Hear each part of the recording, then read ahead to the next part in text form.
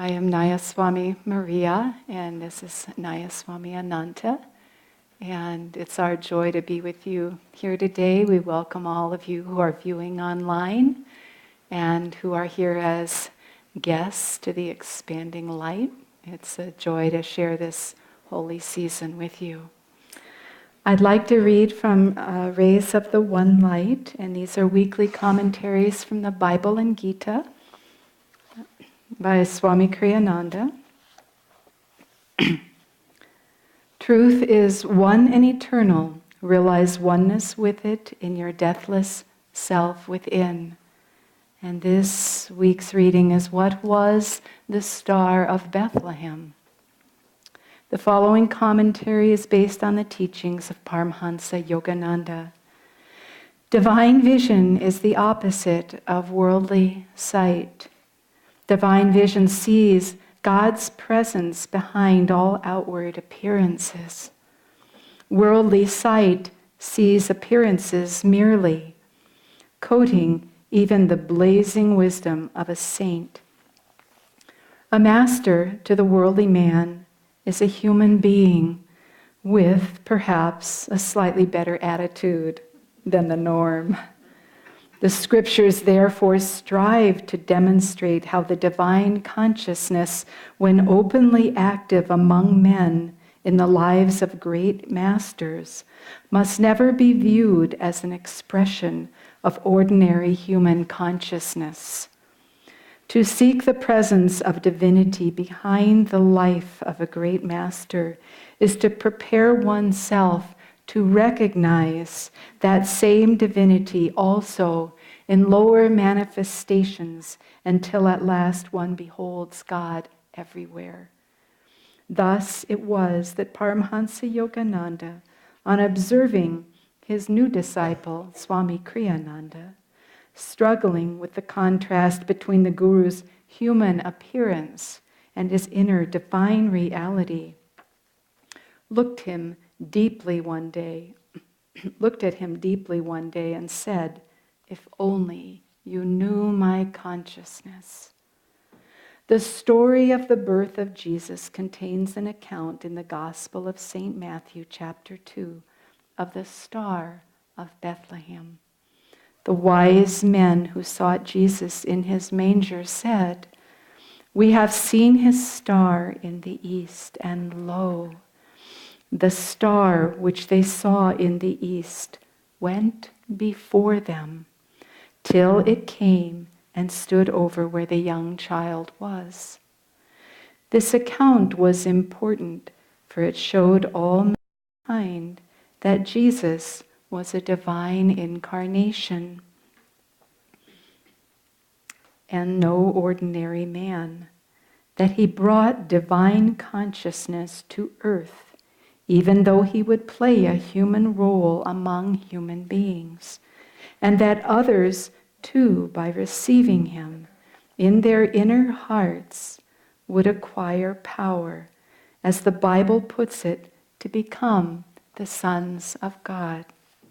The scriptures enjoin us to meditate on the lives of great souls, that we may discover our own latent spiritual greatness.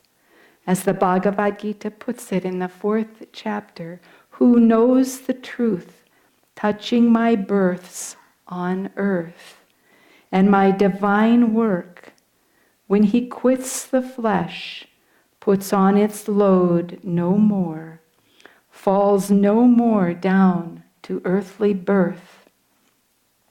To me he comes, dear Prince." Thus, through Holy Scripture, God has spoken to mankind. Om,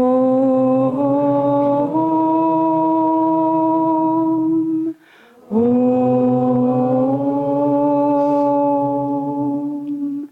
Om.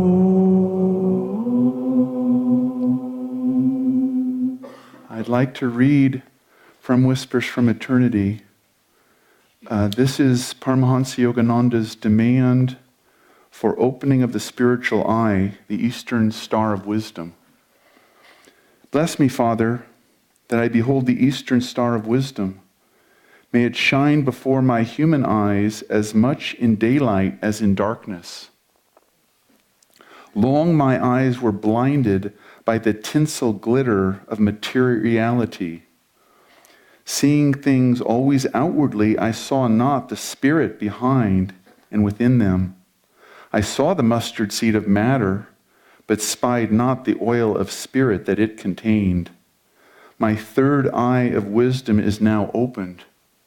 Oh, may it always be so. Let the gaze of my single eye of realization penetrate through every veil of matter to behold the infinite presence of Christ everywhere. Bless me, that my sacred, wise thoughts follow this star of knowledge. Lead me to the Christ in everything. Well, I too want to thank you all for coming today.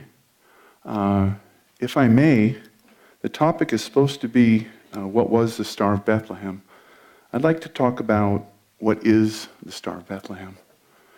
The reality of 2016 years ago is wonderful. It was a turning point in human consciousness. It was the beginning of the avatarship of Jesus Christ. And we can see, 2,000 years later, the impact that those teachings and that mission had. But the reality is that the events of so long ago were not frozen in time in any way. And in fact, the Star of Bethlehem is shining on all of us. In fact, the Star of Bethlehem brought you all here today. You had a choice this morning. Every one of us has a choice each morning. Am I going to follow that star, that impulse to divine consciousness, that impulse to infinite love, bliss eternal? Or am I going to go do something else? There's a lot of things to do, right? Could all go on out golfing or skiing, or could go to Vegas for the weekend, whatever. But you followed that star. And that is part of the message. Every part of the events of Christmas are a part of the reality that we are experiencing. Because Spirit does not live in time. Spirit is eternal, bliss infinite. And so when the three kings left India, the Puri Jagannath temple, and traveled 3,500 miles on a camel to Bethlehem to see the Christ child, Yogananda said that it represents the great world religions coming together to remind us all that there is one Father, one Divine Mother, and that we are all in that Spirit. And they came. They too were avatars.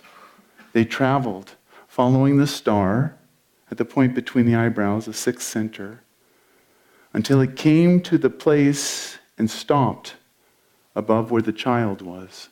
The child's in the heart. The child is the Christ. The Christ in each one of us. And each one of us is following that star. And we seek to follow it more closely and to not let the Master referred to it here as the tinsel of materiality make us forget that the star is shining night and day and asking us, come home. Come to the Christ. Come to Bethlehem. This is worth the trip. Don't forget, once they came, they had to go back. 3,500 miles home on a camel. But they did it. And that's the other thing that you did today, and on the internet too. Don't forget, you could have clicked off this service 6 seconds ago and forgotten about it. But you didn't. You stuck with it. That's the effort that we have to put to follow the star. It's not generally popular. The world is constantly threatening the Christ consciousness. In those days, it was Herod. In modern days, that role is being played by others.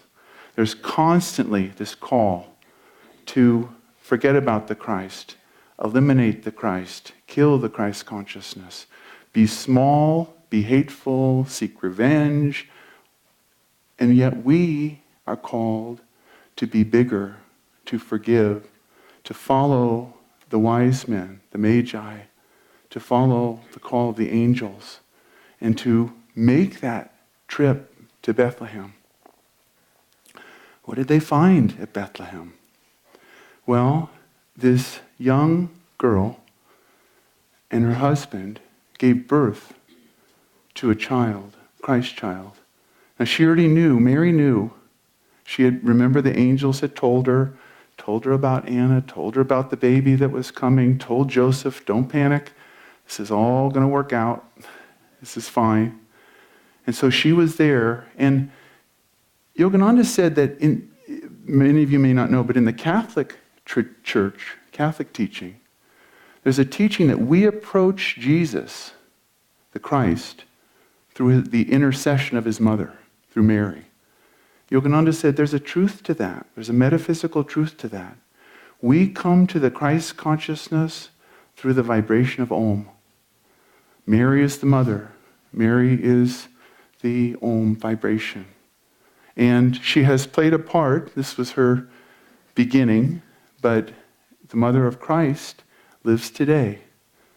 She comes to Mexico City, Fatima, Lourdes, Garabandal, Medjugorje, and many other places. In that form, she's held that form because she was the mother of the Christ. She's here. Christ is here. The masters are here. It's not long ago. It was long ago. It was wonderful. It's a wonderful, wonderful event. But the Star of Bethlehem is right here with us, and it's guiding you. And you came today, and you're going to come to a meditation on Friday. And we're going to hold that moment in time. Think of that moment. Think of the stable. Mary is there, the mother of Christ, the divine mother, Om. And the baby Christ is there, the avatar beginning his work. And so three masters, Babaji, Lahiri Morshai, Sri Teshwar, come thousands of miles, and they bow to the Christ as he begins his journey. And they bring him gifts, gold, frankincense, and myrrh. The myrrh tells Mary that she will bury her son. And she says, let it be done unto me according to thy will. She's the divine mother. She lets this whole thing unfold. So in that stable, that morning, Christ, the avatar, Babaji, Lahiri Morshai, Sri Teshwar, sitting there.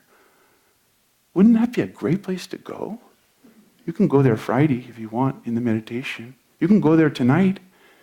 You can go there as soon as the service is over, meditate. Because at the point between the eyebrows, it's come and stopped above the Christ in the heart. And he's there. He's universal love. And you feel it. All beings, all humans have the chakras. They all have the Star of Bethlehem, but they don't follow it. Yet, they will. But at a certain point, when the heart is open, as many as received him to them, he gave the power to become the sons of God. And so they came. And so maybe the best role models for us at the birth of Christ are the shepherds. They're just at work. They're just shepherding. And then all of a sudden, what happens? They hear the Om, trumpets of the angels. They see these lights. And they're like, oh my God, what's this? They say, don't worry. What do the angels bring? They bring the aspects of God. First, they bring calmness. Okay, boys, don't worry. We bring you peace. It's another aspect of God.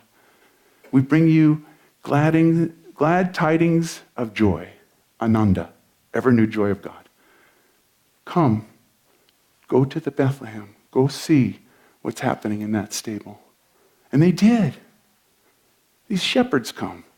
And who do they find? Christ, Mary, Joseph, Babaji, Lahiri, and Sri Teshwar. Obviously in Samadhi, sitting there. Imagine the vibration in that stable. But the shepherds got to come too. Maybe we're more like the shepherds than the kings right now, but we're invited. We can come. We can join this. Think of the vibration in that stable. 4 avatars are meditating with Mary and Joseph. And the vibration is so strong. Is that possible for us? Yes. It's here. It's right within us. We have the tools to do that. We can practice Om. We can listen to Om. We can look at the light. Master says, whatever light you see, concentrate on the center of it. It'll get clearer. It's a star. It's a long way away at first, but it comes closer. It comes clearer as we progress, as we serve. And the world becomes different. The kings didn't go back and tell Herod where they found the child. They said, forget it. And yet, they also told Joseph and Mary, take the child to Egypt. Get away from this trouble right here. Stay away from materialism. Little baby has to grow up. Our Christ consciousness has to grow up. It has to be stronger. This is what Swami Kriyananda and Master told us over and over. Protect that little consciousness of Christ consciousness, and it will become strong. One day at Mount Washington, Paramahansa Yogananda was at the all-day meditation. And when he left, he came out to the foyer and he said, it was 8 hours long. I thought I'd never come out of ecstasy. Jesus appeared to me 3 times, twice as a child and once as a young man. In his eyes, he held the power of the universe. Shakti. Where is that? It's right here. When is that? Whenever you meditate. Call on them. They want to help you. As much as the kings loved Christ and Mary and wanted to help them protect the Christ child, they love you. And they come for you. And they knew you would be here today. They know it's going to happen. They knew you would try. And so they came with their teachings, with Kriya Yoga. And not to be sectarian, with Hanukkah, with Diwali, with Eid, with all the celebrations that man has. Master and Swami pointed out, that's a satsang of the world's great religions. The spirit of world brotherhood. The spirit of the reality of God. It's not then, it's now. It's here. It's with us every day. And it's our job not to stay at the inn next door and miss the whole thing. It must have been the Holiday Inn, right? I couldn't resist. But to come and to celebrate. And that's what Swami gave us of Master. Master had an all-day meditation every Christmas. He said, celebrate this consciousness in the present tense. Because other times Master didn't see Christ in form, he saw formless Christ. And he told us about that. But as you come closer into that consciousness, as you practice, as you realize that you are the infinite, the reality becomes real. And you realize, this is what I'm here for. This is the affirmation of God remembrance. What did Christ do when he grew up? He went back to India and to Tibet, and he visited those kings, and they shared with him. And then he came back again. There's a lot of travel involved. The path can be long, a lot of bouncing on a camel saddle. And yeah, it can be long. But it's not that long, because the star is always with us. So just saddle up your camel, go for it, follow, and feel that consciousness. Feel that message of Christ. Listen to the songs. They sang so beautifully this morning. But when you hear Swami's songs, you understand that he understood the Christ consciousness, what Christmas is. It's an archetypal event. Will it ever happen again? Yes. Every day it happens in your own heart. And the little Christ child grows up, and the star shines, and we follow it. Have a wonderful week. God bless you all.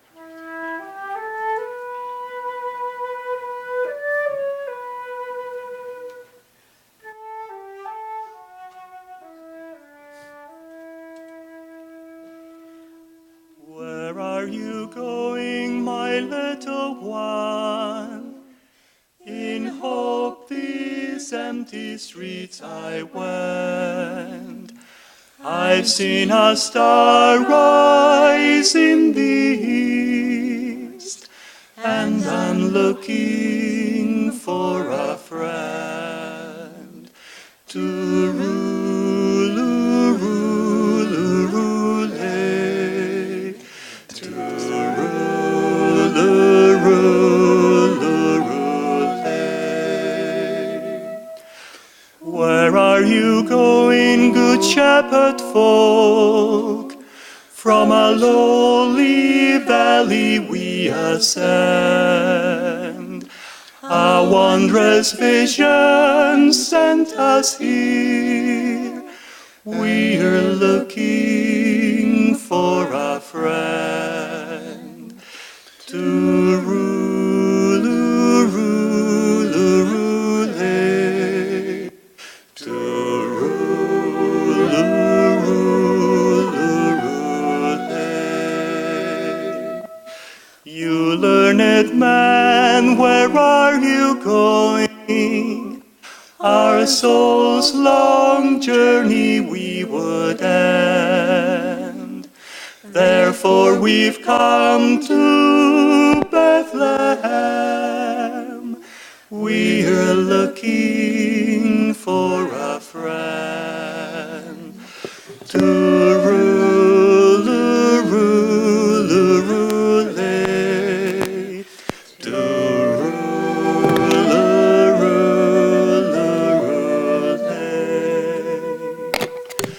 Good people, let me come with you. Perhaps it's just around this bend. But whether near or far, I too have been looking for a friend to